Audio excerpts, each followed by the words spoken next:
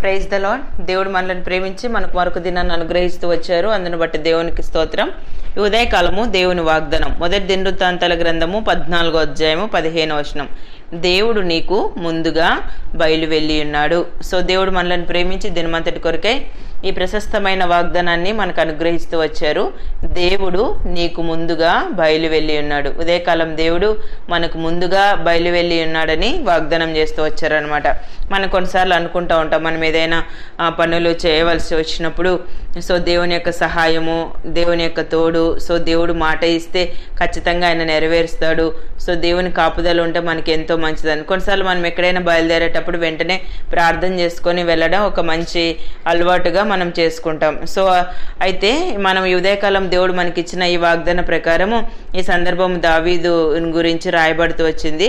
మనం దావీదు మహారాజుని గురించి ఆలోచించినట్లయితే ఈ 14వ అధ్యాయంలో 2 విషయాలు రాయబడుతూ వచ్చాయి. అంటే ఏదైనా తన పని చేపడుతూ వచ్చినప్పుడు అక్కడ దేవుని యొద్ద విచారణ చేసినట్లుగా మనం దేవుని యొక్క వాక్యంలో చదవగలం అన్నమాట. ఫిలిష్తీయుల మీదకి నేను పోయినడలా నీవు వారు నా చేతికి అప్పగించుదువా అని దావీదు దేవుని యొద్ద విచారణ చేయగా.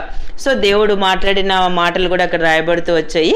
దేవుడు పొమ్ము, నేను వారిని చేతికి అప్పగించదనని సెలవిచ్చాను. మళ్ళా సెకండ్ టైం కూడా మనము 14వ వచనంలో చదివినట్లయితే దావీదు తిరిగి దేవుని యొద్ద విచారణ చేశాను. అంటే ప్రతి విషయంలో కూడా తాను వెళ్తున్న ఆ పరిస్థితుల్లో ప్రభు నేను ఈ విధంగా చేయడం మంచిదా, ఈ విధంగా వెళ్ళవచ్చా అని చెప్పేసి ప్రతిదీ కూడా దేవుని యొద్ద విచారించి ముందుకు వెళ్ళినట్లుగా మనం దేవుని యొక్క వాక్యంలో చదవగలం. తద్వారా దేవుడిచ్చిన ఆ సలహాల మేరకు దావీదు వెళ్తూ వచ్చాడు. తద్వారా దేవుడు తన జీవితంలో అనుగ్రహించిన విజయం ఎలాంటిదో మనం దేవుని యొక్క వాక్యంలో చదవగలం. దేవుడు నీకు ముందుగా బయలు వెళ్ళి ఉన్నాడని తెలుసుకోనమని అక్కడ ఒక సూచక క్రియ జరుగుతూ వచ్చింది. వాళ్ళు అంటే ఆ చప్పుడు వినబడినప్పుడు ఫిలిష్తీయుల దండును హతం చేయుటకై దేవుడు నీకు ముందుగా బయలు వెళ్ళి ఉన్నాడని తెలుసుకోనమని సెలవిచ్చాను. దేవుడు తనకు సెలవిచ్చిన ప్రకారం దావీదు చెయ్యగా ఇశ్రాయేలీలు ఫిలిష్తీయుల సైన్యమును గిబియోన్ మొదలుకొని గేజెరు వరకు తరుముతూ వచ్చారనమాట. సో తద్వారా దావీదు యొక్క కీర్తి ఇశ్రాయేలీల ప్రదేశంలందంతటా ప్రసిద్ధి అయ్యాను. యెహోవా అతని భయం అన్యజనులందరికీ కలగజేస్తూ వచ్చారు. చూసారు, దేవుని మాట విని మనం ఆ పనులు చేయగలిగినట్లయితే దేవుని యొక్క భయం అంటే సో మనము దేవునికి భయపడ్డ ద్వారా మనకు కూడా అన్యజనులంతా కూడా భయపడే విధానంగా దేవుడు చేయగలనమాట. ఉదయకాలం దేవుడు మనకి వాగ్దానం ఇచ్చిన రీతిగా దావీదు వలె ప్రభువు మీద మనం ఆధారపడాలి. దేవుని యొద్ద మనం ఏ పని ఆరంభించినా, ఏ పని చేయబోతున్నా, సో ఏ చిన్న పని అయినా పర్వాలేదు, ఉదయాన్నే లేచి మనం దేవుని యొద్ద విచారించడం ఒక మంచి అలవాటుగా మనం చేసుకోవాలి. దేవుని యొద్ద ఎప్పుడైతే విచారిస్తామో దేవుడు మన పనులన్నీ సక్సెస్ చేస్తాడు. అంతేకాకుండా నెమ్మదిని, మనకి సమాధానాన్ని దేవుడు అనుగ్రహించి అన్ని విషయాల్లో ముందుకు ఆయన నడిపించేవారుగా ఉంటారు. యెషయా గ్రంథం 45వ అధ్యాయం 2వ వచనం చదివినట్లయితే నేను నీకు ముందుగా పోవచ్చు, మెట్టగానున్న స్థలంలను సరాలము చేసేదను.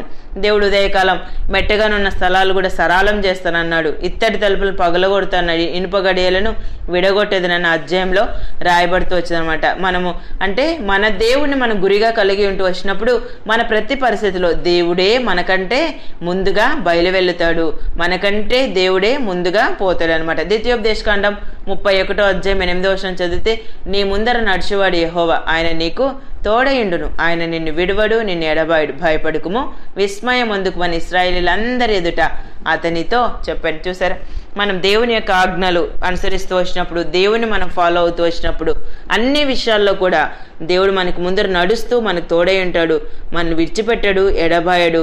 సో మనం భయపడుతున్న పరిస్థితుల్లో భయపడుకుము, విస్మయం అందుకు మన దేవుడు మనతో సెలవిస్తూ ఉన్నాడు. ఉదయకాలం దేవుడు తన పితరులను బలపరిచిన రీతిగా మనలను కూడా ఆయన బలపరుస్తూ ఉన్నాడు. ఉదయకాలం నీకున్న పరిస్థితులను బట్టి నువ్వు భయపడుతూ ఉన్నావేమో, ఆలోచిస్తూ ఉన్నావేమో, అయ్యో ఈ పరిస్థితుల్లో నాకు ఎవరైనా తోడు ఉంటే బాగుండును అని ఆలోచిస్తున్నావేమో. అయితే దేవుడే నీకు వాగ్దానం చేస్తున్నాడు, దేవుడు నీకు ముందుగా బయలు వెళ్ళి నువ్వు చేపట్టే ప్రతి పనిలో కూడా దేవుడు నీకు ఆల్రెడీ ముందుగా బయలు వెళ్ళి ఉన్నాడు. సో నువ్వు ఆలోచించకుండా, సందేహించకుండా దేవుని యొక్క వాక్యం మీద నువ్వు ఆధారపడి ప్రతి విషయంలో సో నాతో ఉన్నాడు నా దేవుడు, నా ప్రక్కన ఉన్నాడు, ఆయన నాకంటే ముందుగా బయలు వెళ్ళి ఉన్నాడు.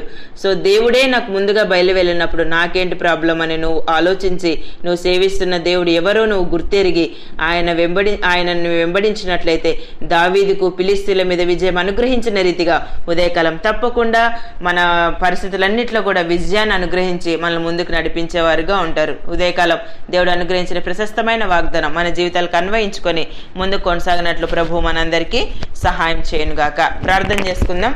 ప్రియమైన తండ్రి, మీకు వందనాలు. యేసయ్యా, మమ్మల్ని ప్రేమించి మాకు అనుగ్రహించిన ఈ శ్రేష్టమైన వాగ్దానాన్ని బట్టి స్తుతిస్తున్నాను ప్రభా. దేవుడు నీకు ముందుగా బయలు వెళ్ళి ఉన్నాడని సెలవిచ్చారు. ఉదయకాలం నిత్య జీవపు మాటలు వింటున్న మీ ప్రజలందరినీ కూడా జ్ఞాపకం చేసుకునండి. వారు వెళ్తున్న ప్రతి పరిస్థితిని మీరు ఎరుగుదురు ప్రభా. ప్రతి విషయంలో కూడా మీ యొక్క సహాయాన్ని మీరు అనుగ్రహించి వారికి మీరు ముందుగా బయలు వెళ్ళి ప్రతి పరిస్థితిలో మీరు కృప చూపిస్తూ రావాల్సిందిగా ప్రార్థిస్తూ యేసు ప్రభు నామమున ప్రార్థిస్తున్నాను తండ్రి. ఆమెన్.